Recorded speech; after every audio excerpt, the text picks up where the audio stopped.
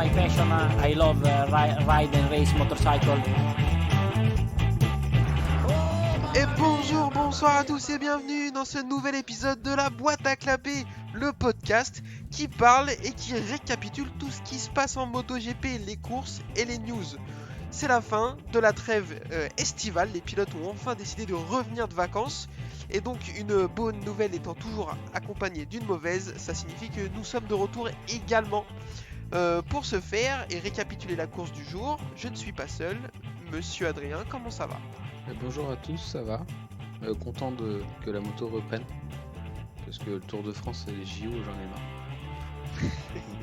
Ça va quand même beaucoup moins vite. Et encore, il y a des mecs qui pédalent sur le Tour de France, ils pourraient presque faire concurrence en MotoGP, pas loin. Mais bon, apparemment c'est normal. Monsieur Yvan, comment ça va ? Ah ça va, nickel. Content que ça reprenne. La course était beauf, mais bon. Enfin, c'est mon Attends, avis. on n'arrête pas de nous dire qu'elle était trop bien cette course, je comprends pas moi, il y a eu 4 dépassements, c'était fou quand même. Ouais, remarquez. On va en reparler. On va en reparler.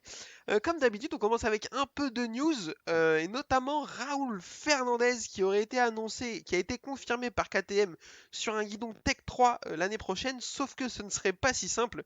Ce qui s'est passé, c'est que le timing de l'annonce déjà était complètement dégueulasse, ils l'ont annoncé pendant la FP4, ce qui d'ailleurs a fait chuter Iker Lecuona, il a dû recevoir l'info sur son dashboard.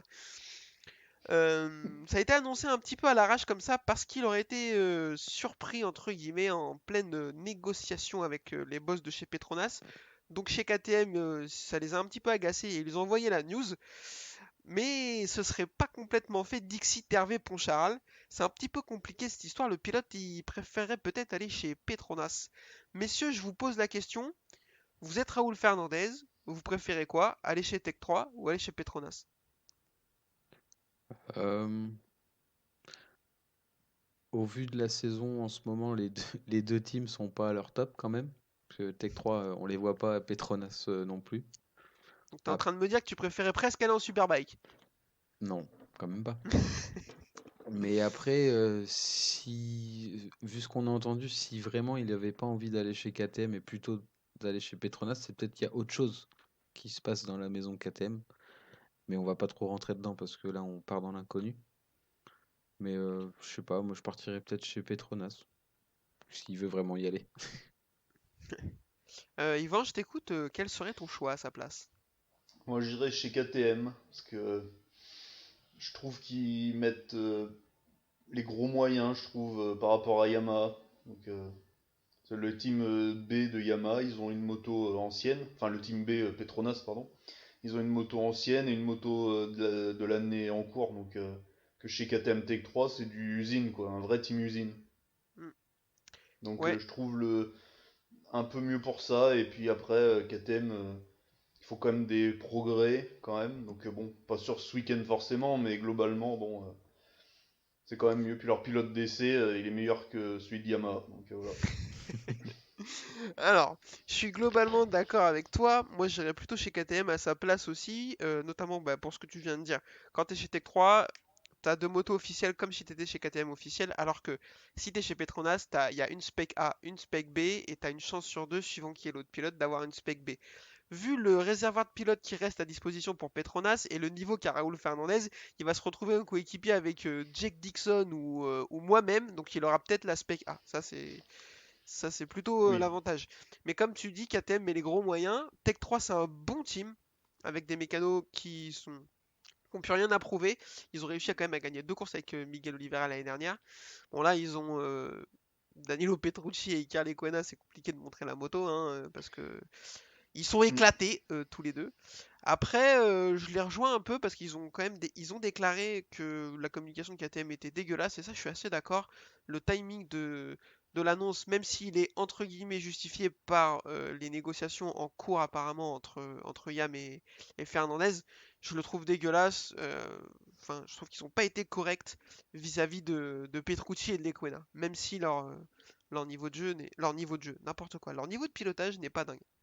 Et dégueulasse même, on peut le dire aussi. Mais non, mais il y a eu. Ouais, après, ouais, c'est vrai que KTM, ils sont coutumiers du fait de faire de la communication à la Red Bull, comme en Formule 1, un peu, tu vois. Helmut C'est Marko style. Bah, c'est un peu, ouais, c'est ça, hein, donc c'est vrai que là-dessus, c'est pas top, mais bon, à un moment, Petrucci s'attendait à quoi, 20 ans Mais c'est vrai que quand tu prends voilà. Petrucci, tu t'attends pas à jouer le titre, quoi. Normalement. Bah ouais, mais peut-être pas à ce que ce soit aussi moche que ce qu'ils ont fait cette année, quoi. Parce que là, quand même, il y a eu aucun coup d'éclat, rien, quoi. Hmm. Donc à un Voilà, la moment, cinquième voilà. place au Mans, qui est pas trop chème, Ah, pardon, ouais, j'avais oublié, ouais, ouais. mais c'est un peu sur un malentendu. Enfin Disons que bon, quand tu finis. t'as Raoul Fernandez et Rémi Gardner, tu te trompes pas, hein. Ouais, effectivement, Voilà. moi surtout Raoul Fernandez. Rémi Garner, comme je l'ai dit, j'espère qu'il va me faire mentir, mais je sais pas. Mais Raoul Fernandez, vraiment, vraiment gros giga crack. Mm.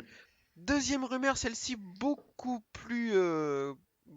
moins fondée, dira-t-on, parce que c'est un vieux tweet que j'ai lu sur Twitter, hein, si c'est un tweet. C'est la même personne, le mec qui l'a sorti, c'est le même mec qui avait annoncé la rupture de contrat entre Vinales et Yamaha, donc on va donner un petit peu de crédit.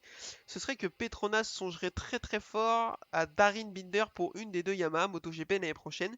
Heureusement que j'étais assis quand je l'ai lu parce que j'ai failli tomber sur le côté. Alors messieurs, bah, je vous pose la question. Est-ce que Darin Binder en MotoGP c'est une bonne nouvelle? Non.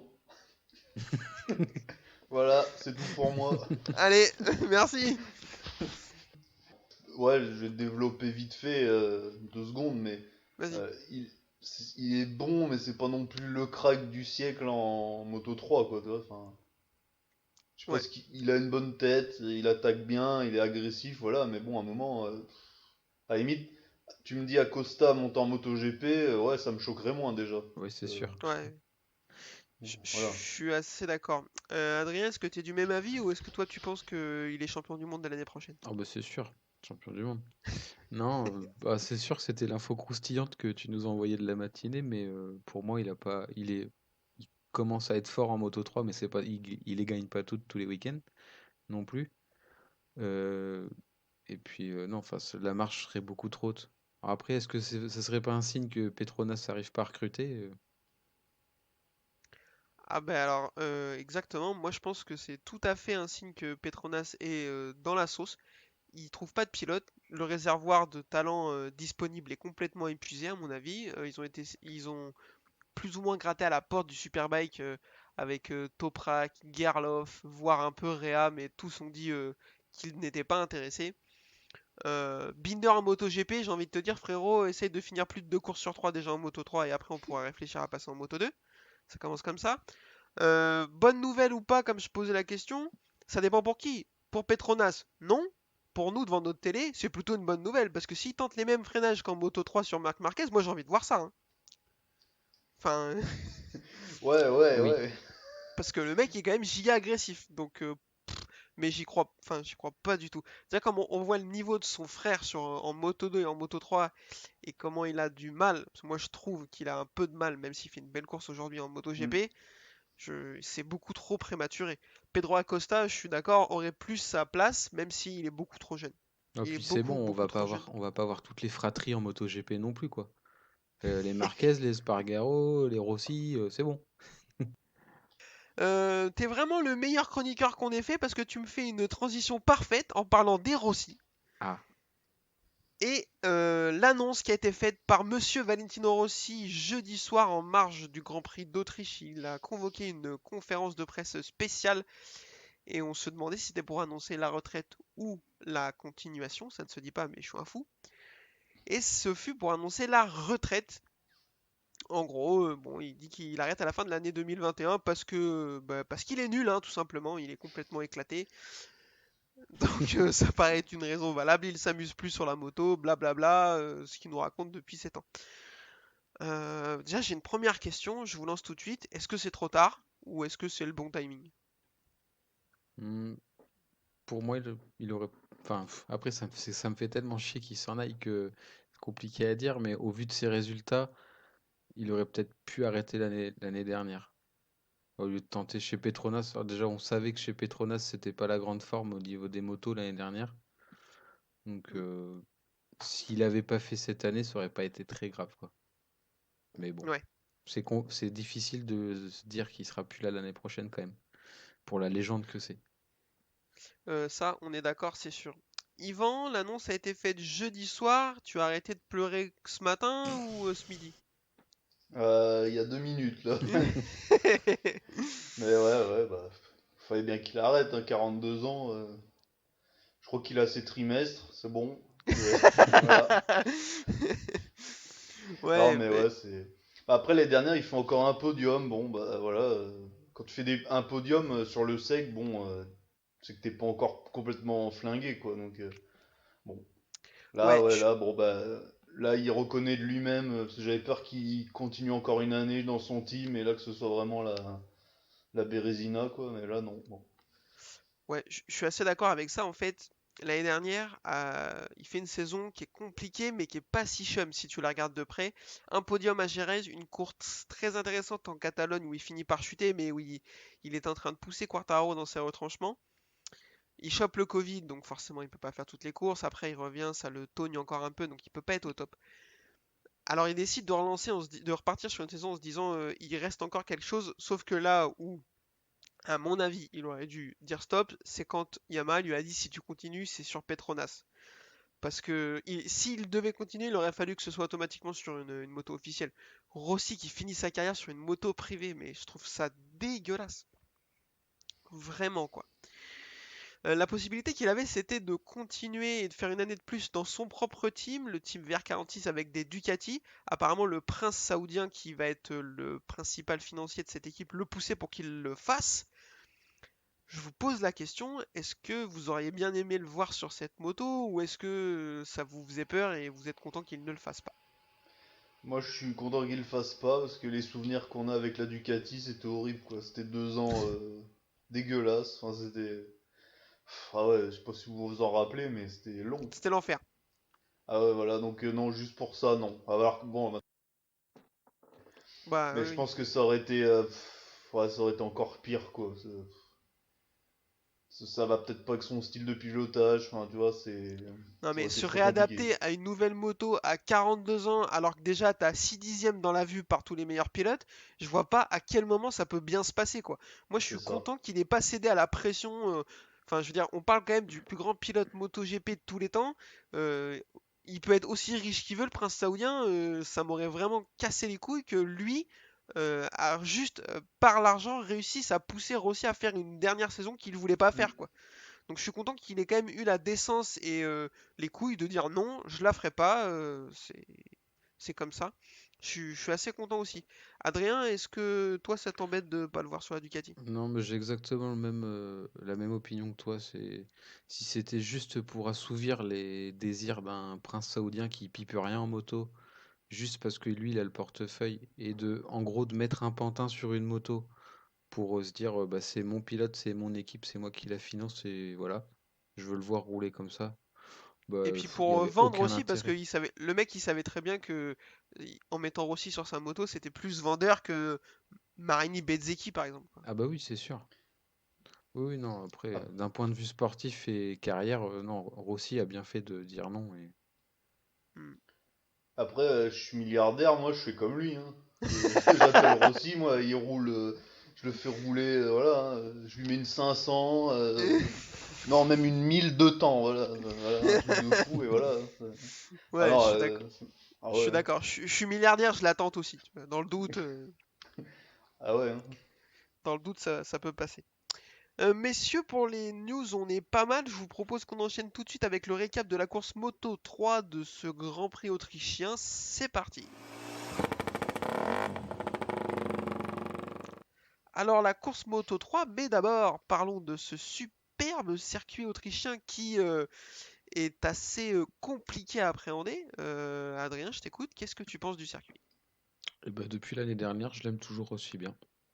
Même si cette année, il fait un peu controverse, pardon, à cause des conditions dans lesquelles les courses auraient dû avoir lieu, c'est-à-dire la pluie. Il y a beaucoup de pilotes qui se plaignent de la dangerosité du circuit. Et l'année dernière, on a eu deux gros accidents et on a vu que rien n'a été fait. Donc c'est plus le tracé en lui-même, j'aime bien. Après, si on se met avec les pilotes, il est un peu compliqué à appréhender. Ouais. Yvan, qu'est-ce que tu penses de ce circuit, toi? J'aime bien aussi. Donc ça, ouais, j'aime bien. Après, voilà, bah, il n'y a pas eu d'amélioration sur la sécurité depuis l'année dernière. Donc, bah ouais, du point de vue des pilotes, c'est pas cool, quoi. Parce que s'ils veulent pas courir sous la pluie, comme on se disait entre nous, c'est qu'il y a un gros souci, parce que bon, ils ont pas peur, quoi. Hmm. C'est que là, vraiment, pour eux, c'est trop dangereux, donc faudrait peut-être les écouter un peu, quoi. Ouais. Ouais, on est d'accord. Moi, c'est clairement, je pense, mon circuit préféré de l'année. Je l'adore. J'adore tous les virages à l'aveugle, le dénivelé, que des gros freinages. Quasiment tous les virages sont des points de dépassement possibles, là où c'est pas du tout le cas des autres circuits, où il y a des virages où c'est quasiment impossible de dépasser. Là, c'est tous les virages, tu peux doubler presque. Il est vraiment top. Le cadre est incroyable, enclavé au milieu des montagnes et tout, c'est top. Par contre, je suis vraiment d'accord avec vous, va vraiment falloir que Red Bull et la FIP se sortent les putains de doigts du cul, parce que l'année dernière, on a failli tuer des gens, et cette année, eh ben, c'est toujours pareil. Il y a un journaliste anglais sur Twitter, je ne sais plus lequel, qui disait que Red Bull a l'argent pour se financer une armée, mais par contre, ils n'ont pas l'argent pour modifier deux putains de virages. Donc à un moment, faites un effort. Ce virage 2-3, c'est vraiment beaucoup trop dangereux, avec les motos qui sont sur l'angle à plus de 300 km/h, obligées de freiner pour changer d'angle sur un virage en appui. Ça a failli mal finir l'année dernière et moi, il me fait flipper. Et en plus, comme tu le dis, Yvan, si les pilotes ont vraiment peur d'y rouler sous la pluie, c'est pas pour rien, quoi. Donc, si le circuit, même sous la pluie, tu peux pas y rouler, bah, ok, pire, mettez un toit dessus, quoi, histoire qu'on soit sûr. Enfin, tu vois, Bah, c'est que ça me rend fou. sous la pluie, vu les vitesses à laquelle ils arrivent, et entre guillemets, le peu de dégagement qu'il y a, même si les dégagements sont pas dégueux, mais aux vitesses où ils arrivent, sous la pluie, t'as vite fait de... T'es dans le mur, quoi. Ouais, Puis il y a presque mais pas de bac à gravier. Sur la première partie du circuit, il n'y a pas de bac, hein. exactement ce que j'allais te dire, le premier et le deuxième aussi, un peu comme ça, mais un peu moins pire, c'est le dégagement est en bitume, Bah, c'est presque. ça. Donc en fait, si tu glisses, bah enfin, t'es pas arrêté. On l'a vu l'année dernière avec Vignales qui est obligé de jeter de la moto et il est pas loin d'aller taper le airfence. La moto va se pulvériser dedans Mm. et lui il est pas loin non plus quoi. Donc là il faut faire quelque chose. Ce circuit est très beau mais il est trop dangereux. Moi, à chaque fois j'ai un peu peur quand je les vois là-dessus quoi. Donc voilà, course Moto 3 messieurs, pole de Denis Ondjou. Alors celle-ci on l'avait vu venir, bah pas du tout. Mais content pour lui qui vient d'avoir 18 ans, donc pilote Tech 3 qui fait une pole, c'est vraiment très très bien. La piste était séchante, un petit peu humide avec la trajectoire juste allez, un petit 50 cm, 1 mètre de sec. Donc certains pilotes vont faire le choix de partir en pneu pluie et d'autres de faire le choix de partir en pneu sec, sauf que ça va coûter sa pole à Denis Ondjou parce il va choisir de changer de pneu et de passer en sec, mais à moins de 3 minutes du départ, donc pénalisé et départ des stands. Euh, il devait avoir le seum un peu, non? Oui, un peu. Dans les stands, c'était pas la joie. Et je crois que c'est Quartararo qui lui dit de se calmer avant le départ, là. Ah ouais? Mais il me semble, si je dis pas de bêtises, Yvan, t'as dû le J'ai voir pas vu. aussi. Ouais, ouais, ouais, J'ai ouais, ouais. Mm. Mais bon, après, c'est une erreur. Ça a été Ouais, compliqué. je trouve Puis, ça bizarre de la part d'un team expérimenté comme Tech 3 de faire une erreur de débutant comme ça. Je trouve ça assez étrange parce que clairement ça va lui gâcher sa course. Alors on va voir que le choix des slicks, même en partant de la grille, ça lui aurait gâché sa course, hein. ouais, c'était pas le meilleur des choix. Parce que plusieurs pilotes vont le tenter, notamment l'ami Darren Binder dont on vient de chanter les louanges il y a 5 minutes. Sauf que ça va pas fonctionner du tout, la piste est trop humide et il va réussir à se mettre en route qu'à 5 tours de l'arrivée, donc ça ne fonctionnera pas. Devant, ils sont une grosse majorité de pilotes à partir en pneu pluie, notamment Sergio Garcia et Pedro Acosta qui vont s'envoler. Ils vont faire une course en solitaire à deux, ça se dit pas trop mais je le dis quand même. En duo, quoi. Ah, en duo, et exactement, c'est exactement ce qu'on va dire. Ils vont se livrer une grosse bagarre jusque dans le dernier tour avec un freinage dans le virage 3 très très appuyé de Sergio Garcia. On s'est dit bah cool parce que Pedro Acosta depuis le début de la saison c'est le genre un peu à poser ses balls et à être un peu viril. Là il se fait un peu marcher dessus, on se dit bah c'est bien, ouais pas du tout. Avant dernier virage Acosta envoie une attaque magnifique. Il est obligé de sortir un peu de la trajectoire. Garcia il va perdre l'avant et glisser. D'ailleurs, au passage, on le voit pas bien, mais Pedro Acosta est pas loin de faire exactement pareil. Ils ont failli Oui. tomber tous les deux. Romano Fenati aurait été content. Sergio Garcia va quand même réussir à repartir et finir deuxième derrière Pedro Acosta. Donc chuter dans l'avant-dernier virage et finir deuxième, Ça a pas dû arriver souvent. Non. Ce Bah, sera à surtout vérifier, déjà, mais pour que les motos calent pas en moto 3 quand elles tombent, c'est rare. ouais. Donc ouais, peut-être il a eu le temps de mettre le point mort. Il s'est senti tomber. Il s'est dit, faut que je mette le point mort. Donc victoire d'Acosta devant Sergio Garcia et Romano Fenati troisième. Messieurs, je vous pose la question. La bagarre, elle était vraiment, vraiment pas moche là. Ouais, on a eu une belle course. C'est rare, bon, à chaque fois que ça arrive, on en parle, mais c'est rare qu'on ait des échappées comme ça en Moto 3. Mm. Là, bah, les deux ont fait une belle bagarre toute la course. Alors, on a pensé un moment qu'Acosta en gardait un petit peu sous la poignée pour laisser faire Garcia faire sa course, le suivre et puis attendre les derniers tours. Mais on a vu qu'à chaque fois qu'il le dépassait, Garcia avait un peu plus de vitesse de pointe. Et bah, après le finish, Acosta était un peu plus incisif et puis bah, il a poussé Garcia à l'erreur. C'était une belle course, ouais. Exactement. C'était vraiment, vraiment pas mal avec de la bagarre et une course un peu assez tendue avec les différentes types d'adhérence. Euh, donc du coup, quatrième Mazia, Ayumu Sasaki cinquième, Darin Binder sixième, Ryuze Yamanaka septième, Yuki Kuni huitième, Maximilian Kofler neuvième et Adrian Fernandez dixième. Yvan, j'ai une question pour toi. Est-ce que John McPhee est venu? Je l'ai pas vu. Moi non plus, ouais. Non, mais je crois qu'il se prépare pour le MotoGP, alors du coup, il s'économise maintenant. Voilà. Eh Parce ben, en que. plus, il est chez Petronas lui aussi, donc peut-être qu'il se dit qu'il y en a une pour lui, hein. Ah Ouais, bah ouais, il y croit, je pense, hein. mais tout seul. Parce que les autres sont pas pensés à l'appeler, hein. Il regarde son téléphone comme ça dans sa chambre. Je suis sûr il va sonner. Je suis sûr il va sonner. Mais il doit Euh, être dans la même chambre que Petrucci, je pense. Et du coup, il n'y a pas de réseau. Ah ouais, d'accord. C'est pour ça ils peuvent pas le joindre. Il finit 13ème, ce qui est complètement dégueulasse. Par contre, il finit à 6 millièmes de Kaito Toba. La bagarre devait être rigolote.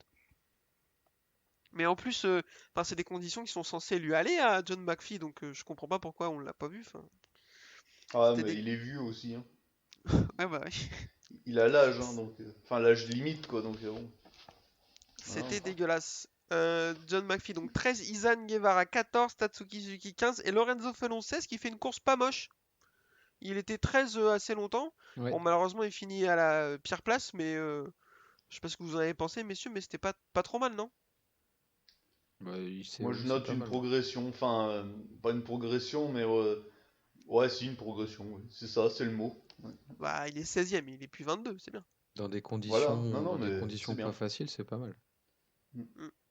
Et il tombe Ouais, pas beaucoup, quoi. Pour un rookie, c'est bien, quoi. bah, il est tombé une fois au Saxon Ring en course, c'est tout, je crois. Ça va, hein. Ouais, c'est pas mal. Bah, même la course en Euh, général, il n'y a pas eu trop de chutes, hein, bizarrement.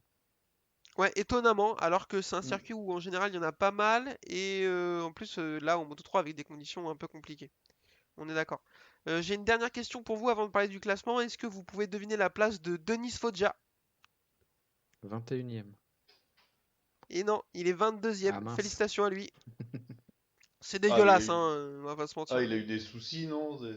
Bah, je vois que ça, hein, parce que s'il a pas eu de soucis, là, faut faire quelque chose, hein, frérot. 22ème, qu'est-ce que tu fous? Genre, t'es sur une des meilleures, une des meilleures motos du T'es censé être sur une des meilleures motos du plateau, t'es censé jouer le titre. Puis Donc, à un moment donné, le mec, c'est le Vignales de la Moto 3. Un coup, il gagne, un coup, les derniers. il en a gagné deux cette année, je crois. Ouais. Donc, donc vraiment dégueulasse. Le classement, Acosta est toujours loin devant Sergio Garcia, 53 points. Fenati, 3ème à 87 points. Putain, si on m'avait dit. Alors, il est loin, mais si on m'avait dit Fenati, 3ème du championnat, j'aurais pas cru. Foggia est donc 4ème à 97 points. Et Mazia, 5ème à 98 points. Ça, c'est. Mazia, il doit avoir un seum interstellaire de voir le rookie lui me coller 100 points après 9 courses. Ou 10 courses. Ouais. Ça doit être bien dégueulasse. Surtout qu'il se fait dépasser dans le dernier virage lui aussi, sinon c'était podium, hein. Ah, j'ai pas vu Fenati, il passe dans le dernier virage? Ouais. D'accord. Bon, bah, il doit avoir le seum. Macaulay Culkin. Messieurs, je pense que c'est tout. Je vous propose qu'on enchaîne tout de suite et de parler d'une course Moto 2 pas si moche. Allez, c'est parti, Moto 2. Course Moto 2, donc toujours sur le circuit d'Autriche. Piste là sèche. Là, ils sont tous partis en pneus slick. Il n'y avait pas trop de. Il y avait encore des petites zones d'humidité, mais c'était vraiment pas cata. Paul de Rémy Gardner, étonnamment oui et non, il est fort, mais en général aux essais, Raúl Fernandez est vraiment imprenable. Là, il a réussi à le dominer. Et la course va être assez disputée avec un groupe, une bagarre entre Gardner, Fernandez, Bezzecchi, Canet et Sam Lowe au début, avec des échanges assez sympas. On était tous étonnés de voir ça. Sam Lowe va faire du Sam Lowe, il va dégringoler et le rythme, il sera incapable de tenir le rythme pendant que le petit Ayogura se met en route et va nous sortir une course magnifique. Devant, Raúl Fernandez fait une grosse erreur et il va se retrouver assez loin, un truc comme 7-8ème, et il va jamais réussir à remonter. Donc ça nous fait un groupe de devant composé de Bezzecchi, Garner, Canet et Ogura. Garner va faire une grosse erreur dans le virage 4. Il a deux droites coupées en deux Marco Bezzecchi qui était en tête à ce moment-là. Il va aller dans le bac à gravier et ressortir quelque chose comme 5 ou 6ème. Ogura il remonte, il passe Aaron Canet. Et messieurs, je vous pose la question, est-ce que toi, Adrien, tu le voyais aller gagner? Bon. Gagner, je sais pas, parce que Benzeki avait quand même pas mal d'avance, mais sa place sur le podium, elle était pour lui, c'est sûr. Il était au moins au, au mieux deuxième. La victoire, je Ouais, suis pas ouais, sûr, ouais. Non, mais je il a suis fait, d'accord. il a Moi, je fait une pense qu'il course aurait, il aurait formidable, ouais. pu aller, il aurait pu aller gêner Bezzecchi parce qu'il avait un rythme fou. C'était le plus rapide Ouais. en piste, c'était vraiment top. Sauf qu'il va se faire récupérer par la patrouille avec un long lap. Long lap, bien sûr, qui va mordre de 4 cm, donc on va lui coller en plus 3 secondes de pénalité à la fin de la course. C'est quand même n'importe quoi, sans déconner. Ça n'a aucun putain de sens. Du coup, Marco Bezzecchi ne sera plus embêté. Il va remporter la course devant Aaron Canet deuxième et Augusto Fernandez troisième, qui donc va profiter des déboires des deux pilotes Aki Ayo et de Ayogura. Garner 4, Ayogura 5. Celestino Vietti fait une belle course, finit 6ème. Raúl Fernandez 7. Somkat Chantra 8. Xavier Viré 9 et Marcel Schrotter 10. Première victoire de la saison de Marco Bezzecchi. Est-ce que c'était temps qu'il se réveille? Ouais, ouais, là, il fallait. Parce qu'il a ouais, fait un début de saison pas très joli, quoi. On l'attendait beaucoup mieux, voire favori, peut-être même. Oui, favori, ouais, ouais, ouais. Oh bah, Et moi, du je le coup, voyais au-dessus de Garner et Fernandez même, hein. bah, moi aussi, ouais. Donc là, bon, peut-être qu'il va mettre la fin de saison, faut qu'il finisse fort. Après, normalement, il aura sûrement un guidon en MotoGP, donc bon. Peut-être ça lui a libéré l'esprit aussi, peut-être de Est-ce savoir ça. est-ce que tu penses pas que... Alors pour moi il a un guidon verrouillé chez VR46, mais est-ce que la perspective d'aller gratter une Yamaha Petronas l'aurait pas un petit peu remotivé d'après toi?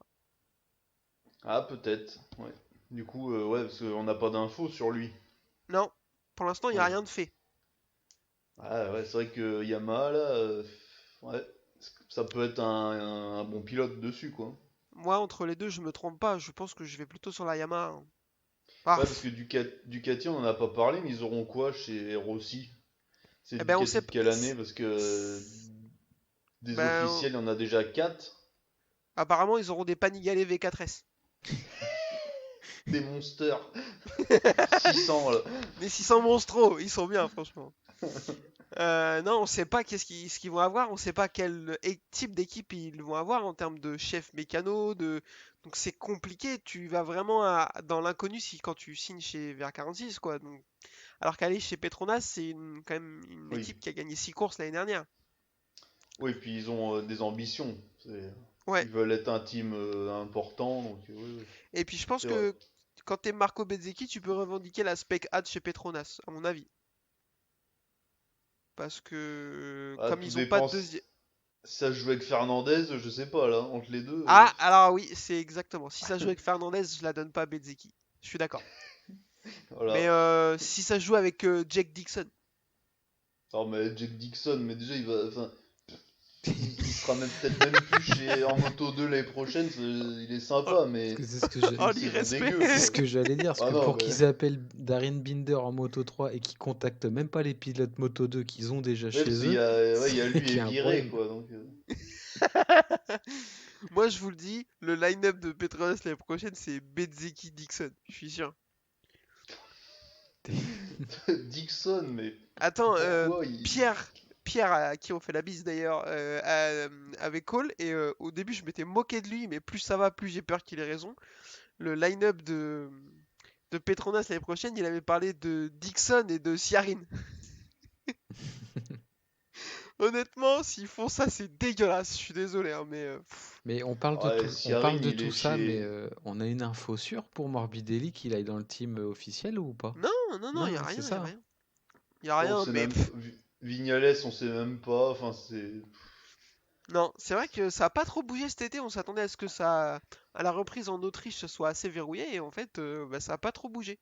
C'est assez étrange. Mais je vois pas Yamaha officiel aller chercher quelqu'un d'autre, quoi. À part si t'arrives à gratter Raoul Fernandez, là tu te poses la question sur quelle moto tu le mets. Mais si tu fais ça, c'est l'assurance de perdre Morbidelli à la fin de l'année 2022. Bah, c'est sûr. Donc, Mm. bon, c'est compliqué. Mais je vous le dis, le coup de Ciarin Dixon, je le vois venir gros comme une Oh, mais maison, cette histoire. Siarin, quoi, il est dans les derniers en Moto 2 avec une NTS là. C'est Mais, ça, ouais, je crois, ouais. mais il est pas blessé. Ah, peut-être, je sais même pas. Si il est blessé, il a pas couru aujourd'hui. Il me semble qu'il est blessé. Ah, bah, c'est peut-être pour ça alors. Ouais, je me disais, il manquait quelque chose dans la course quand même. Ouais, il y avait un arrière-goût qui te plaisait pas parce qu'il était pas là. Après, sa montée en MotoGP, il est peut-être sympa, tout ça, mais. Eh ma couille! Eh ma couille! Ouais, voilà, c'est un peu. Ouais, on sait C'était la pas, il est masque, venu, c'était la voilà mascotte quoi. quoi. Ouais, voilà, ouais. Ouais. Quel enfer. Donc voilà, Dixon 11, Dalla Porta 12, Di Gianantonio 13, Sam Lowe 14, c'est dégueulasse, 14ème Sam Lowe, j'en peux plus de la vie. Et j'ai lu que Crutchlow poussait Petronas pour prendre Sam Lowe l'année prochaine. Moi je suis Yamaha, Crutchlow il me propose ça, je le licencie instantanément. À un moment donné, Bah ouais. je veux dire, si tu fais ça, c'est que tu veux pas aider l'équipe. Enfin, tu vois, C'est parce il veut qu'il est ju- anglais, il voit qu'il est en galère en Moto 2, alors il se dit, allez, il est gentil, je vous assure. franchement, il fait des bonnes blagues et tout, faut le prendre, hein. Puis il a eu sa chance déjà en MotoGP en plus. Ouais, Ouais, bon, alors, après, il a eu sa chance sur une Oui, Aprilia. sur une moto ouais, de il avait merde. Une une Aprilia Aprilia qui nulle. était à une époque où enfin, c'était vraiment moche, quoi. Ouais. Et non pas qu'aujourd'hui ce soit un missile, hein, mais Mais à l'époque Non, c'était vaut vraiment mieux. de la merde. Elle va moins mal. Oui, à part ce ouais, mais week-end. elle est en panne des fois. Oui, puis des fois elle prend feu aussi. Enfin bon. Voilà. Puis c'est Alex Espargaro dessus. Allez, du coup, je voudrais juste qu'on dise un mot avant de faire le point sur le classement sur Ai Ogura. On l'a charcuté toute l'année dernière sur son année Moto 3 qui était un peu moche. Et il fait une saison rookie vraiment top, on en a déjà parlé, mais alors le problème c'est que le comparer à Raúl Fernandez qui est lui vraiment au-dessus du lot, ça serait une erreur. Mais quand tu compares aux autres rookies qui sont Celestino Vietti, Tony Arbolino Arenas. et Albert Arenas, bah, c'est vraiment vraiment top ce qu'il fait comme saison, je suis désolé. Est-ce que vous êtes de cet avis, messieurs? Ouais, très bonne surprise, ouais. Moi, j'y croyais pas, enfin, je pensais pas qu'il allait faire aussi bien pour sa première année, quoi. Donc, non, là, vraiment, puis là, ça monte de plus en plus, donc je pense qu'il peut accrocher un podium ou deux si à la fin de la saison, ce serait quand même vraiment pas mal, quoi. Et puis un pilote japonais qui monte en puissance, ça va commencer à lui faire les yeux doux du côté de chez Honda pour 2023 ou 2024, à mon avis, s'il continue comme ça. Ouais, parce que Nakagami, il est tellement fort que voilà, quoi. Ouais, il fait une bonne course aujourd'hui quand même. Ouais, mais non, Non, à un moi moment, je suis d'accord, stop, quoi. moi je le trouve un peu faible. En fait, il a eu, Ouais. à mon avis, il a eu son climax l'année dernière, il a pas saisi sa chance et c'est raté maintenant, je pense. Mm. Je pense. Voilà, messieurs, le classement. Rémi Garnier est toujours en tête devant Raúl Fernandez de 35 points. Bezzeki revient à 44 points, donc s'il arrive à se remettre en route correctement, c'est pas fini pour lui. Et derrière, Sam Lowe est quatrième à 96 points, alors que on l'attendait. Enfin, moi je l'avais mis vainqueur sur le championnat, merci, je te remercie pas. Et Didier Antonio, cinquième à 121 points. Lui aussi, aujourd'hui, disparu. 13e. Bah ouais, Bref, lui c'est il est pareil, il a des courses, c'est vraiment en dents de scie, hein. exactement, c'est ce que j'allais dire. Il fait il a des résultats vraiment très inégaux. Il me fait un peu peur pour la MotoGP l'année prochaine, hein. Un peu, ouais. Mm. Donc, bon, à voir.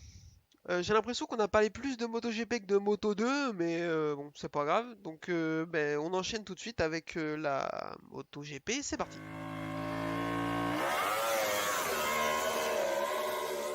MotoGP, donc toujours en Autriche, hein. Ils n'ont pas prévu de changer de circuit entre midi 20 et 14h. Pole de Jorge Martin, deuxième pole de la saison après le Qatar. Mais monsieur, c'est magnifique. On va en reparler, mais il fait vraiment une saison rookie incroyable, je trouve. Premier départ assez mouvementé avec un Marc Marquez d'une agressivité à laquelle il nous a habitués, mais ça serait bien qu'il arrête de nous y habituer. Ah, messieurs, je vous pose la question. Le move de Marc Marquez euh, sur Alex Espargaro, est-ce que c'est normal ou est-ce que là vraiment il est au-dessus de la limite? Pour moi, ça va encore. Oh putain, j'en étais sûr. Je t'ai vu secouer la tête. Je suis oh là là putain. Bah, Donc ça va. pour toi ça va. Franchement, ça Bah va, c'est ouais, tranquille ouais. quoi. Déjà, on le retrouve agressif et ça, c'est bon signe quelque part. C'est-à-dire qu'il se sent bien, quoi. Si c'était pas agressif, enfin, toi, je pense que il était pas agressif autant au début de saison, je trouve. Ouais, mais alors en fait, tu vois, je nuancerais ça parce que quand tu dis il est agressif, c'est qu'il se sent bien. Moi, le Marc Marquez que j'ai vu aujourd'hui, c'est le Marc Marquez que j'ai vu en Argentine en 2017. C'est en 2018, celui qui a poussé tout le monde. Parce que là, donc, il fait cette première erreur au départ, il fait la même plus ou moins, même si Quartararo le gêne sur le deuxième départ. Après, il a à deux doigts de découper Bagnaia, il fait plusieurs tout droits et tout. Il était au-dessus de ses pompes, je trouve aujourd'hui. Et je trouve que son mouvement sur le premier départ, moi je suis un peu comme toi, je suis partisan de laissons-les rouler. On les laisse, ça touche un peu, c'est quand même pas de la danse, j'ai rien contre les danseurs, mais c'est pas de la danse, voilà. Ça se touche un peu, ça se bagarre, ça se joue des coudes. Mais le problème c'est que c'est pas de la moto tamponneuse non plus. T'es pas là pour pousser les mecs enfin tu peux pas faire un bloc pass comme en motocross quoi. Alors, Et je Rossi, trouve il qu'il l'a est bien trop fait. coutu. Rossi, il l'a fait avec Giberno et on était contents, tu Alors, vois. c'est marrant parce qu'on m'a sorti le même exemple sur les réseaux sociaux aujourd'hui. C'est quand même, déjà, comparer un premier virage à un dernier virage, je trouve que c'est compliqué quand même. Et en plus, Ouais, ouais, ouais, ouais. tu le Hmm. sais, en tant que fan trésorier du fan club France de CT Giberno, quand tu vois cette attaque, tu sais très bien que c'est Giberno qui fait n'importe quoi. Rossi, il ouvre un peu la porte, Rossi vient s'y mettre et il se dit, attends, je la ferme quand même. Eh ben, c'est pas vraiment Rossi qui. Alors, Oui, on est en train de débattre d'une action de 2004, s'il te plaît. Mais 2005. 2005. 2005, pardon. Et Oui. c'est pas Rossi qui s'infiltre alors qu'il n'y a pas la place. Là, Marquez, Hmm. il est trop agressif, mais c'est Marquez quoi. Enfin, Et moi puis l'autre, c'est j'aime bien. Espargaro, donc peut-être c'est pour ça que je m'en fous un peu, peut-être. Ça aurait été Rossi, j'aurais dit, ouais, arrêtez-le, Marquez, c'est trop La dangereux. prison tout de suite. Mais pour une fois, parce que Espargaro, je suis rarement d'accord avec lui, pour pas dire jamais, je trouve qu'il dit tout le temps de la merde, même si je trouve que c'est pas un mauvais pilote, mais je trouve qu'il dit beaucoup de la merde. Là, je trouve qu'il a raison, honnêtement, c'est abusé. Et deuxième départ, il lui fait la même, quoi. Alors, oui, au deuxième départ, il y a Quartaro qui vient pousser Marquez. Marquez, il peut pas faire grand-chose. Mais il est encore dans le mauvais coup, comme d'habitude. Adrien, je t'ai pas posé la question. Qu'est-ce que tu penses de cette attaque, toi? Non, bah, je suis d'accord avec vous. Bon, après, sur le départ de la Tu es première. d'accord avec nous, mais on n'était pas d'accord entre nous. Je suis d'accord sur le fait qu'il abuse un peu. Après, sur le premier départ, bon, ça peut arriver. Mais c'est vrai que sur le deuxième, il refait la même connerie, quoi. Même si, comme tu viens de le dire, Quartararo l'a un peu gêné, mais normalement, mais en général, ils se gênent tous au départ et tu vois pas des grosses parties de bowling comme ça, quoi. Donc Ouais, c'est qu'il est un peu à la limite quand même, quoi. Donc, puis moi, ouais. ça m'énerve quand il fait ça, en fait. Donc, On est d'accord. Donc, grâce à ce départ très agressif, il va réussir à gagner des places. Mais le karma va se charger de lui. Le karma nommé Dani Pedrosa. Parce qu'on n'en a pas encore parlé, donc on va y revenir un petit peu. Dani Pedrosa était là pour faire une wildcard. Il va chuter à la sortie du virage 3. La moto reste au milieu de la piste. Tout le monde réussit à l'esquiver, sauf le prophète Lorenzo Savadori, qui ne parvient pas à l'esquiver. Ça, il percute la moto, la sienne part en l'air, elle est complètement détruite, ça prend feu, c'est n'importe quoi. Lui, il va juste se fracturer la cheville dans l'histoire, donc pas cool du tout par contre. Bah, karma pour Marc Marquez va se faire karmaed, hein, parce que du coup, drapeau rouge, tout le monde dans le box et on repart avec la grille de départ initiale, donc tout ce qu'il a réussi à gratter grâce à ses coups de coude, et ben c'est annulé. Messieurs, première question, on va parler de l'accident, on est d'accord, ça fait flipper. oui. Parce qu'au départ, j'ai cru qu'il y avait encore un pilote, moi, sous les flammes. Mais ouais, encore. Et puis, c'est encore dans ce virage dont on parle. Même si là, c'était à la sortie. Donc on pourrait croire que vraiment à la sortie du virage, c'est moins grave, mais il y a eu une vidéo amateur qui a été montrée et en fait tu vois que ça sort très très fort. Et bah, de toute façon avec une moto en milieu de piste, bah, c'est à chaque fois c'est une chance sur deux quoi. Hmm. Ouais, c'est clair. Yvan, t'as flippé quand t'as vu la petite vidéo, toi aussi? Un peu, ouais. Parce que ça, c'est toujours moche, la réaccélération, ils sont en paquet, donc en fait, ils s'écartent et le dernier, bah, il voit le pilote devant lui se tourner au dernier moment. Enfin, toi, c'est pas le temps de réagir, quoi, à un moment. Tu t'y attends pas forcément à ce qu'il y ait un pilote au milieu de la piste, quoi, donc ouais. Mais heureusement, il percute la moto, donc bon. Ouais. S'il aurait On... tapé Pedrosa, voilà, pas bon, Ouais. quoi, donc là, non. L'avantage de Pedrosa, c'est qu'il est tout petit, donc c'est plus facile à esquiver. Parlons-en justement, Dani Pedrosa qui fait une wildcard sur ce circuit, sur une KTM. Alors je vais commencer, j'étais super content de le revoir. Je m'attendais à ce que ce soit compliqué en termes de performance, parce que bah, ça fait 3 ans qu'il a pas roulé, qu'il a pas, alors qu'il a pas roulé non, qu'il a pas fait de course. Il roule quand même beaucoup, surtout sur ce circuit. Il y est, je pense, assez souvent. Je m'attendais à ce qu'il soit pas ridicule parce qu'il a beaucoup trop de talent pour être ridicule, mais je le voyais pas si bien. Il va réussir à faire un top 10 et cerise sur le gâteau, il va finir devant Paul Espargaro, ce que je trouve magnifique, qui est sur son ancienne moto à lui. Donc ça, moi, je trouve ça très très beau. Je connais un peu la réponse, mais je vous pose la question, est-ce que vous étiez content de le revoir? Oui, beaucoup. J'attendais j'attendais presque la course pour lui en fait. Parce que c'est un pilote que j'adore. Et en plus, bah, comme tu l'as dit, il a bien performé. Et tu vois qu'il n'est pas fini. Parce que bon, en général, les wildcards, comme quand Sylvain Guintoli en fait, pourtant c'est un pilote qui est encore en activité. Mais tu vois que quand il est là, il se bat pour le fond du classement parce qu'il a clairement pas le rythme de course que les mecs ont. Et Hmm. Pedrosa, malgré les 2 années dont il a pas roulé, bah, le rythme est encore là, quoi. Après, enfin, énormément de respect à Sylvain Quintoli, qui est un pilote très sérieux, enfin, moi, un pilote que j'aime beaucoup, qui est très très fort. Là, on parle quand même du meilleur pilote non titré en MotoGP de tous les temps. Oui, oui, oui. Donc, je suis pas étonné outre Ouais, mesure que Pedrosa euh, Oui, il a son soit plus dans expérience le rythme derrière lui. que Guintoli. Voilà. Et en plus, sur un circuit où, à mon avis, il doit passer beaucoup de temps parce que c'est là qu'il doit faire le développement de la KTM, donc il doit commencer à le connaître comme sa poche. Donc ils l'ont mis dans des super conditions. Ils lui ont posé la question, ils lui ont dit est-ce que ça vous donne pas envie de revenir? Et il a répondu NSPP, ne se prononce pas. Donc il va faire chez Yamaha Petronas, toi, on n'en oh, parle pas, oh on va putain, voir fou là. Ouais, on ouais. n'a pas parlé, mais c'est trop, ça serait trop bien. Bah ouais, parce c'est une moto qui pourrait peut-être lui convenir, je pense. Bon après, Ah mais remarque lui, c'est un bon pilote, hein, donc. je vais créer une pétition tiens pour voir Pedrosa sur la Petronas.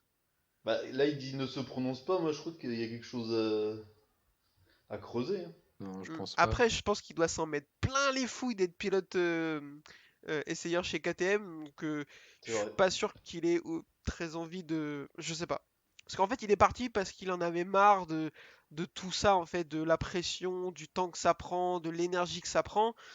Bon, peut-être qu'il a rechargé les batteries en 3 4 ans et qu'il a envie d'y retourner pour faire une Fernando Alonso, entre guillemets.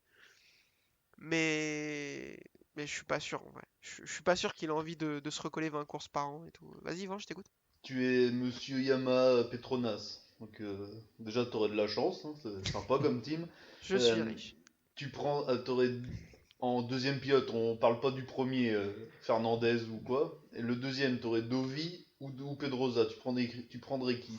Voilà, ça c'est dur, ça. Ça c'est super dur. Bah, parce que ça va peut-être être ça, hein, on sait pas, hein, Ah, je prends Dovi, je pense. Ah ouais. Moi, je pense que je prends Dovi. Je pense que. euh, Ah, ils ont beaucoup d'écart en Non, âge. je crois Je qu'ils ont suis le pas même sûr. âge, je pense, ouais. Ah Je ouais? sais Ah, plus. c'est super dur. Après.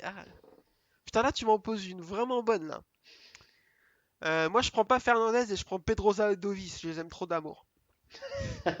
Ouais, c'est vrai que ça pourrait faire un team sympa, je pense, ouais, quand même. Ouais. Je pense qu'il n'y a pas de mauvais choix entre les deux. Très clairement. Oui. Je pense Après, que ils ont c'est un deux. niveau ouais, similaire, quoi. Enfin, Ouais, pour moi, j'ai dit que Pedrosa était le meilleur pilote non titré en MotoGP de tous les temps. Pour moi, le seul qui peut discuter de ça, c'est Dovizioso. Je le trouve, je pense pas qu'il puisse être considéré au-dessus, mais ça me choque pas qu'on le mette. Mais Enfin, je sais pas. Franchement, entre les deux, il n'y a pas de mauvais choix. Les deux sont des pilotes expérimentés, sont des pilotes rapides, sont vraisemblablement des bons metteurs au point. Donc, Ils ont à peine un an d'écart. Ils ont 35 et 36. C'est qui a d'accord. 36? Pedrosa. Merde, ouais, Pedrosa. Tovi Ah est ouais, je plus voyais jeune. un peu plus jeune, ouais, tu vois. Ouais. C'est parce qu'il est plus. C'est du ça, parce qu'il est tout petit. Il vieillit pas, quoi. Peter Pan. Donc ouais, bonne question. On va essayer de poser ça aux gens sur les réseaux sociaux parce que ça m'intéresse de ouf. Donc nouveau départ avec la grille de départ initiale. Euh, et ça se passe plutôt bien, sauf pour Alex Espargaro, comme on l'a dit, qui une nouvelle fois se fait pousser par Marc Marquez. Ça se passe moyennement pour Maverick Viñales, qui de son côté cale. Voilà. Sur la grille de départ et doit repartir de la grille des stands. Franchement, j'en suis arrivé à un point, il me fait de la peine. Je suis désolé de vous le dire, je sais qu'Yvan t'es vraisemblablement pas de cet avis, Bah, mais moi il me rend triste. bah, il a fait une belle qualif, quoi, quand même, là. Bah, 7ème, c'est pas. Ah non, bah non, Non, alors, non, à un moment, il était 9ème. bien, donc, ouais. Je crois 9ème. Ah bah non, alors. Bah, à un moment, il était, je crois, au premier tour, il a fait le premier tour, du coup, il avait le meilleur temps, celui qui était tout seul à rouler pour un moment, donc... Non, non, ouais, il était dans la route Quartaro à un moment, il était pas mal, mais bon, ouais. Mais il fait un bon premier départ. Ouais, la première Je pense course, qu'il ouais. aurait pu être dans le coup, mais bah, forcément, là, en partant des stands, c'est pas possible, quoi. C'est juste impossible. Pour info, sur les 3 dernières courses, il fait dernier, deuxième, dernier. Et Mais à encore Friga, aujourd'hui, ils il a veulent même pas peut-être pas, fini en la fait, course, hein. hein. Il a même pas passé le drapeau à damier aujourd'hui, il est rentré au stand directement. C'est vrai? Oui, Ouais, ouais, je crois qu'il a pas fini, ouais, ouais. oui, il a pas fini. Quand il a su que la course était finie, il est rentré directement au stand. Il a même pas passé le drapeau à damier. Ah oui. Oh là là, quel enfer, quel enfer. Moi, il me fait Mais penser un peu Aprilia, à ils un veulent peut-être adolescent. même pas, ouais. Tu Non, sais qui en Aprilia a disent marre et qui non, s'en viens branle. pas. Fond de la classe, radiateur, enfin, tu connais quoi. Ouais, après là, en fait, ils sont là, mais arrêtez avec ces rumeurs, on n'en veut pas de votre gars non plus. Enfin, On a non, déjà Espargaro, c'est bon, on en a assez c'est des bon, hein, c'est irréguliers. ça. On n'a pas le Bafa non plus. Enfin, tu vois. Mais moi, il me fait de la peine, putain. Il a trop de vitesse, ce mec, pour être. Enfin, il a vraiment. Je crois que c'est un des mentales les plus friables qu'on ait vu en MotoGP, c'est fou, hein. Il avait tellement de Avec vitesse Giberno, aujourd'hui ouais. qu'il a pris un long lap quand même, hein, en étant dernier. Donc, Attends, faut que je me remette de la balle qui vient de me tirer dans les côtes là. Non, Ah non, ça va, Giberno, il avait un bon mental pendant 2 ans, quoi, ouais. ouais, ouais, ouais. Pendant 2 ans. On Euh... l'embrasse. Oui, effectivement, et il trouve le moyen de prendre un long lap alors qu'il est dernier. Enfin, quel enfer, quel enfer, quel enfer. Et derrière, ça va pas être la course de l'année. Johan Mir fait un super départ. Il va réussir à s'accrocher à la fusée Jorge Martin qui s'envole devant. Ils partent en groupe tous les deux. Derrière, il y a un groupe qui se forme Quartaro, Miller, Zarco. Il y aura un petit peu de bagarre.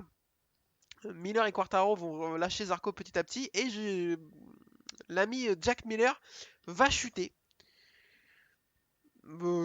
Qui est étonné? Vraisemblablement personne.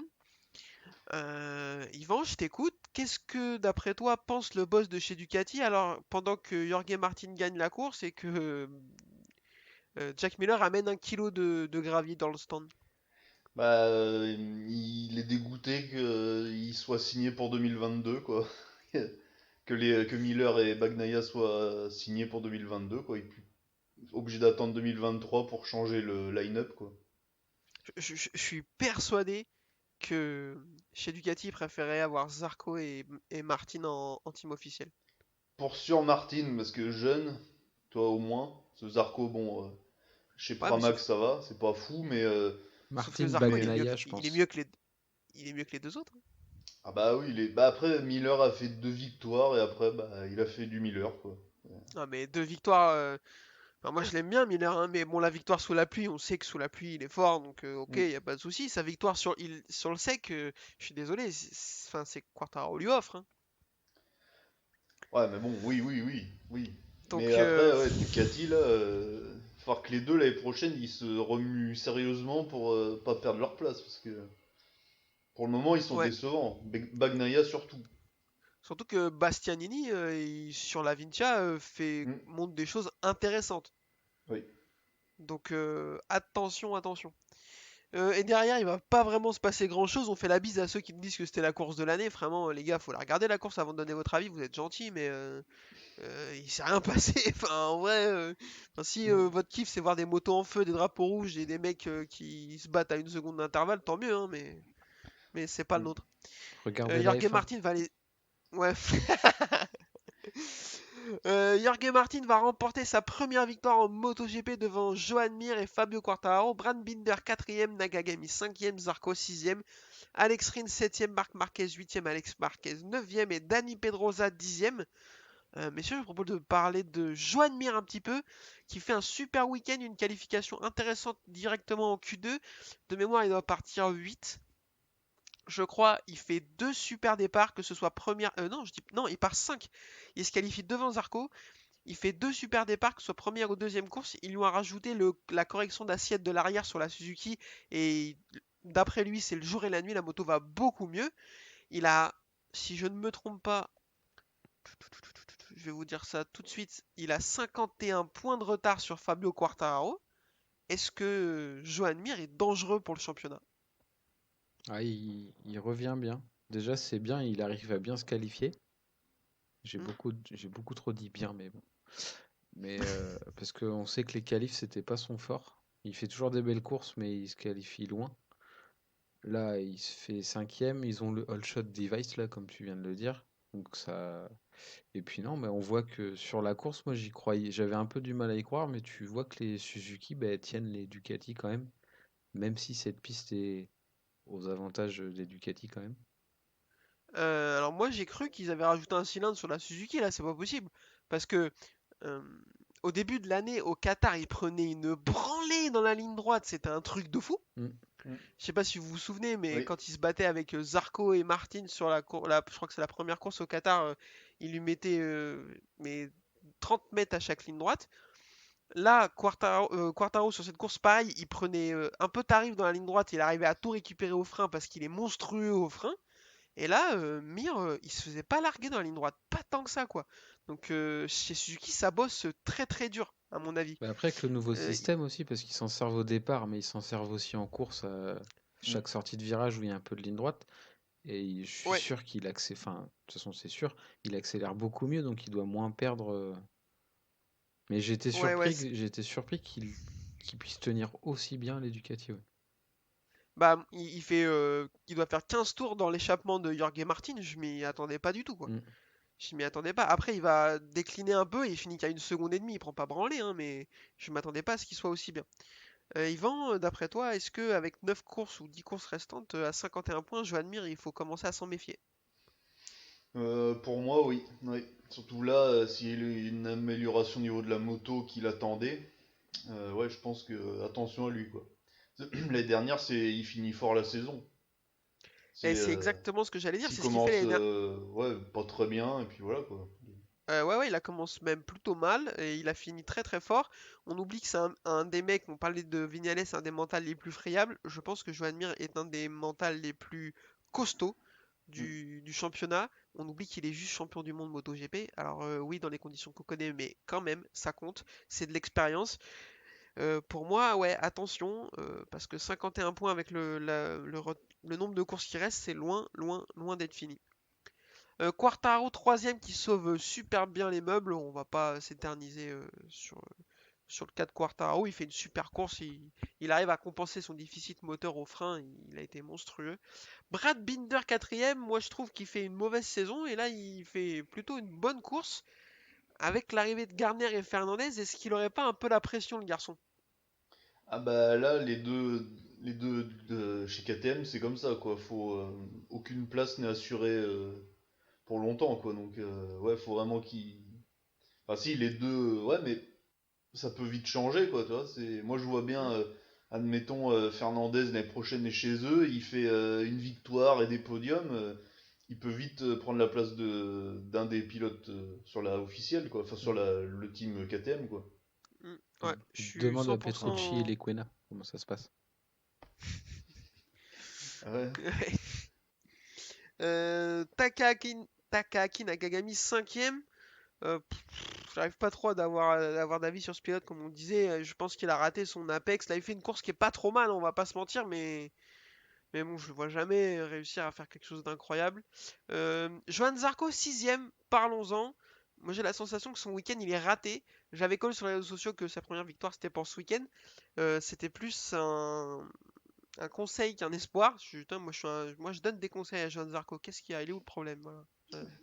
J'en ai rien à cirer, moi. Parce que j'ai l'impression que s'il voulait gagner, continuer à jouer le titre, il fallait récupérer au moins 25 points sur les deux courses à Quartaro. Et ben ce sera pas le cas. Donc pour moi, son week-end est raté et il vient un peu se tirer une balle dans le pied au championnat, surtout avec la troisième place de Quartaro. Messieurs, est-ce que vous êtes de cet avis? Ouais, un petit peu. Moi aussi, je suis déçu parce que bah, forcément, on l'attend toujours sa première victoire. Après, je suis pas à leur place, mais je voudrais un petit peu dire aux journalistes de se calmer parce que depuis jeudi, il annonce vainqueur. Et tous les jours, ils vont le voir dans le paddock et ils lui disent alors la victoire, machin. Donc, laissez-le taffer. Et puis, bon, après, aujourd'hui, Bon, pour le coup, on. je peux pas leur tirer dessus, j'ai fait la même chose, hein. Bah, arrête, c'est à cause de toi. D'a- D'accord, pardon. Non, mais après, voilà, il y a la pression des médias et puis, je sais pas. Il manque un déclic, il lui manque quelque chose. Et puis là, de voir son coéquipier rookie la gagner, je suis pas sûr que ça l'aide. Ou alors Ouais, peut-être que si, je il, sais s- pas. il s'est arrêté pour le féliciter, il avait l'air vraiment super content pour lui, donc ça c'est bien, c'est-à-dire qu'il arrive à être content pour les autres, et ça c'est quand même une belle qualité. Mais le fait que ce soit Jorge Martin qui offre la première victoire de son histoire à Pramac, je pense pas que ça lui fasse plaisir. Enfin, je pense qu'il avait prévu de le faire quand même, et pas de la laisser à son coéquipier rookie comme tu dis. Yvan, est-ce que pour toi le week-end de Zarco il est raté? Sans être raté, il est pas magique quoi. S'il fait que septième au qualif, alors qu'il nous a habitués à mieux Sixième. des fois. Ouais, sixième, ouais, pardon. Il nous a habitués à mieux des fois, à faire des pôles ou première ligne quoi régulièrement. Hmm. Donc peut-être que la piste lui convient pas. Je sais pas ce qu'il avait fait l'année dernière dessus. Ah bah si, oui. Un crash. Elle a pulvérisé une Horrible. moto et Il a failli tuer des gens et il est parti des stands. Ouais, bon bah voilà. Bah il aime pas le circuit, je pense aussi. Peut-être qu'il Ah, c'est avait possible. il y a peut-être une appréhension un peu quand même. Hmm. À voir C'est la semaine possible. prochaine si les conditions sont les mêmes. S'il fait pas mieux, ouais, c'est ouais, pas top quoi. puis je pense qu'il s'est planté de pneus aussi, hein, parce que Bah, il avait les mêmes que les autres. On a regardé et en fait, il est parti en médium comme tout le monde. mais non, Médium avant, médium il arrière. avait un soft arrière Non, c'est comme Ouais, Marquez qui Bagnaia. avait un soft arrière. bah deux puniers disait soft arrière, alors Oui, il avait un soft arrière comme Bagnaia. Non, non, non. Je l'ai sous les yeux le truc. Je l'ai sous les yeux. euh, Je le ressors et d'après moi, d'après ce que je vois en fait sur le truc qui a été publié par je sais pas qui a été publié par Michelin. Donc je pense qu'ils sont bien. Euh, Johan Zarco, médium avant, médium arrière. D'accord. Bon, bah, En fait, ils étaient tous en médium arrière sauf Marquez qui avait un soft arrière. Donc du coup, Marquez il s'est dit cool, j'ai un soft, je vais pousser tout le monde au départ. Et après, il y en a quelques-uns qui étaient en hard avant, mais pas Zarco. non, je croyais. Parce qu'après, il va s'effondrer. Effectivement, il est quatrième en entrant dans le dernier tour. Et il finit sixième. Alors entre la quatrième et la sixième place, il perd pas trop de points. Au championnat, c'est pas trop grave. Mais par contre, mentalement, ça doit pas non. l'amuser, quoi. Surtout quand Donc, ton coéquipier s'envole, enfin fait une course parfaite quoi. ouais, ouais, c'est clair. Après, j'ai vu aussi en rentrant dans les stands, quand il enlève ses gants, il se tient le bras droit, je crois. Il Apparemment, avait mal au bras, apparemment. ouais. Ouais. Donc, Ah, Ça, peut-être c'est le pas une bonne syndrome. nouvelle parce qu'il a pas le temps de se faire opérer du syndrome d'Eloge cette semaine, hein, vu qu'on va enchaîner le week-end prochain. Messieurs, un petit mot sur Francisco Bagnaia qui termine 11e alors qu'il fait un premier départ tonitruant. Il termine 11e, on l'a pas vu du tout de la deuxième course, il finit 3 secondes devant Enea Bastianini. Attention, hein, parce que là, il fait une super qualif. Il se qualifie deuxième derrière Jorge Martin, il fait un super tour. C'est moins pire, je trouve. Sa saison est moins pire que celle de Miller, mais c'est quand même pas magique. Non, c'est pas magique du tout. Attention à lui parce que à un moment, voilà quoi, tu finis dixième. Pourquoi on sait pas. Derrière les deux Pramac. Et juste Voilà, devant déjà. une Avintia. Ouais, puis 10ème sur un circuit qui leur est 11. favorable, qu'on me vienne pas me dire le contraire, parce que. Bah, c'est vrai, il y en a, ils t'ont dit que non, c'était pas favorable à Ducati. Ah, toute la semaine, on m'a dit non, non, non. Franchement, il n'y a pas tant d'écart. Regarde, Mir, il était bien l'année dernière. C'est pas favorable à Ducati. Blablabla. Alors, on m'a sorti comme exemple. Oui, regarde le Qatar et le Mugello qui sont des circuits favorables à Ducati. Mais putain, c'est des circuits. Le Mugello, donc la ligne droite, elle fait 7 km, on est d'accord. Après, c'est que de la courbe, du changement et tout. Ouais. C'est un circuit de châssis, le Mugello. Mm. Enfin, faut pas croire que c'est un circuit de moteur, le Mugello. Et le Qatar, c'est pareil. Toute la partie châssis, elle est compliquée. Là, on est quand même sur un circuit en 6 courses. Il y a eu 5 victoires Ducati et les gens viennent me dire non, non, ils ont pas d'avantage. Putain, j'en peux plus, moi. Et encore, quand Oliveira gagne, Miller est pas loin de gagner aussi. Donc ça se Ah bah, finit, il est tu deux. sais. Voilà, donc Ouais. il était les premiers longtemps, enfin, toi, c'est. Puis il aurait Oliveira, pu. il a quand même une moto avec des spécificités plus Oui, proches de la Ducati que de la Suzuki, quand même. c'est ça. Donc bon, non, je suis d'accord. Bagnaia, dégueulasse, mais enfin, il est irrégulier lui aussi. C'est le cousin italien de Vignales, quoi, un peu. Peut-être. Attention. Attention, attention. Et pour finir, messieurs, deux petites choses. Est-ce qu'on parle de Paul Espargaro et de sa magnifique performance qui termine 16e? Non? Moi, je D'accord. serais, euh, je serais lui, je me méfierais aussi, parce que Honda, ils veulent peut-être recruter. Ils ont Marquez actuellement, mais ils veulent peut-être préparer l'après-Marquez, tu vois. Ouais. Alors l'après Marquez, c'est un peu dur, il a 28 ans, donc il est quand même Ouais, mais pas il vieux. peut peut-être partir de chez Honda aussi, parce qu'au bout d'un Ouais. moment, il s'était plaint de qu'il travaillait pas assez, ou je sais plus quoi, là. Ouais, avec leur électronique là. Voilà. Non, mais nouvelle théorie de l'ami Pierre qui roule, qui définitivement est plein de théories intéressantes. Paul Espargaro, il est sous contrat jusqu'à l'année prochaine. Et on se demande si Honda, si Paul Espargaro ne fait pas mieux, n'essaierait pas d'aller toquer à la porte d'un certain Miguel Oliveira, qui apparemment est un peu échaudé par les techniques de management et de communication de KTM. Ah ouais, ce serait intéressant, ça, Ah, ouais, j'ai ouais. pas On est d'accord entendu que c'est ça. intéressant ça quand Ouais. même. J'avais pas entendu ça que. Non, mais personne l'a entendu, c'est une théorie de Pierre. D'accord. Mais Non, mais c'est vrai que comme elle est intéressante, je la divulgue. quand t'es comme Oliveira, quand tu passes de Tech 3 à KTM officiel, bah t'es content, mais sauf que quand tu y es, ça peut être, tu peux vite partir, quoi. Enfin, toi, t'as aucune certitude chez eux, quoi. Donc, Mm. à moins de Ouais, t'appeler ouais, Max Verstappen, mais il roule pas chez KTM, donc voilà. Oh putain, Bah, tu sens que on chez est KTM, d'accord. c'est l'écurie pas familiale du tout, quoi. Si tu marches, c'est Non. bien. Si tu marches pas, tu dégages. Enfin, Ou alors une sale famille, hein. C'est ja- C'est c'est pas... ah, même s'ils sont c'est un tous peu un peu germanique, pareils, quoi. et tu sens bien que Ça chez eux, rigole ça a pas. pas l'air d'être Non, c'est clair. fun tous les jours. Et une dernière chose, messieurs, très rapidement, Cal Crutchlow, j'ai deux questions à son sujet. Il était là pour remplacer Morbidelli qui est blessé. Première question, est-ce que vous étiez content de le revoir? On l'a pas vu. Ouh. Ma deuxième Voilà. question était, est-ce que vous l'avez trouvé performant? Mais je pense que ta réponse peut faire les deux. Ben, on l'a toujours pas vu. Euh, Si, je l'ai vu sur son scooter dans le paddock, dire bonjour aux caméras, c'est tout.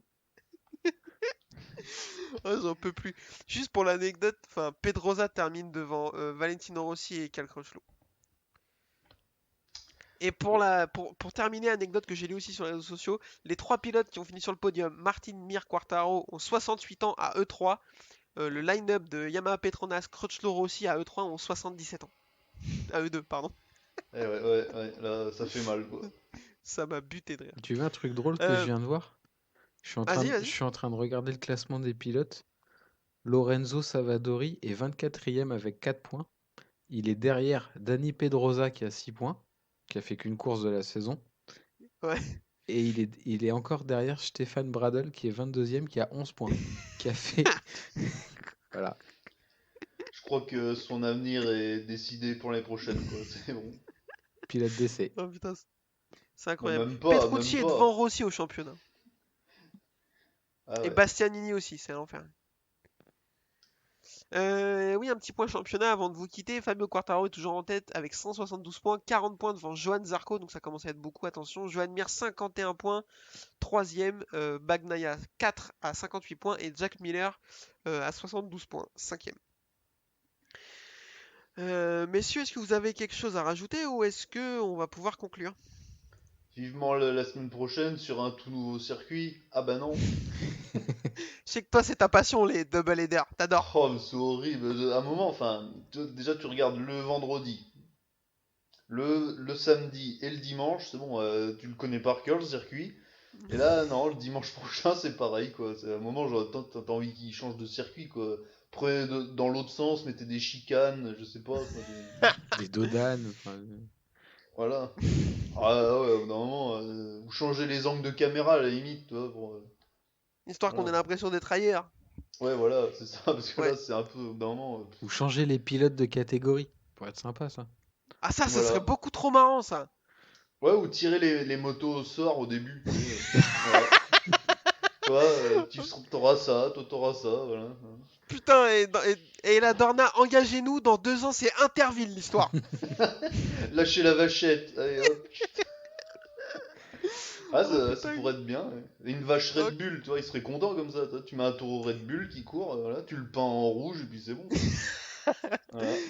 Et sinon, tu leur mets un long lap chacun qu'ils doivent faire quand ils veulent. Mais en stoppie. Voilà. Voilà. Ouais, mais ils vont tous Voilà. le faire au premier virage du premier tour. Oh putain, c'est chiant. Bon, tant pis, je ferai part de mes idées à d'autres personnes. Messieurs, je pense qu'il est temps de conclure parce que ça fait bien trop longtemps qu'on est là. Pour rappel à tous les gens, déjà merci de nous écouter. Vous êtes environ 4 à nous écouter, ça nous fait plaisir. Pour nous suivre, les réseaux sociaux, Facebook, le groupe Nurshi du MotoGP.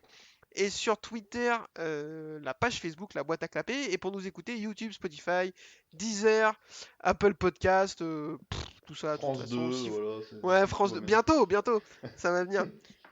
Et si vous voulez interagir avec nous, pas de soucis, nous insulter en allemand comme Mister Bellou, ça nous fait plaisir, il n'y a pas de problème. Messieurs, je vous remercie infiniment d'avoir été là pour cette reprise. Ça va être le sprint un peu parce que là les courses vont s'enchaîner. On pourra pas peut-être toujours être à 3 pour d'autres raisons, mais ça on verra en temps voulu. Je vous remercie infiniment et je vous dis au week-end prochain. Et ben week-end prochain. Le week-end prochain. Au revoir, bisous. Bisous.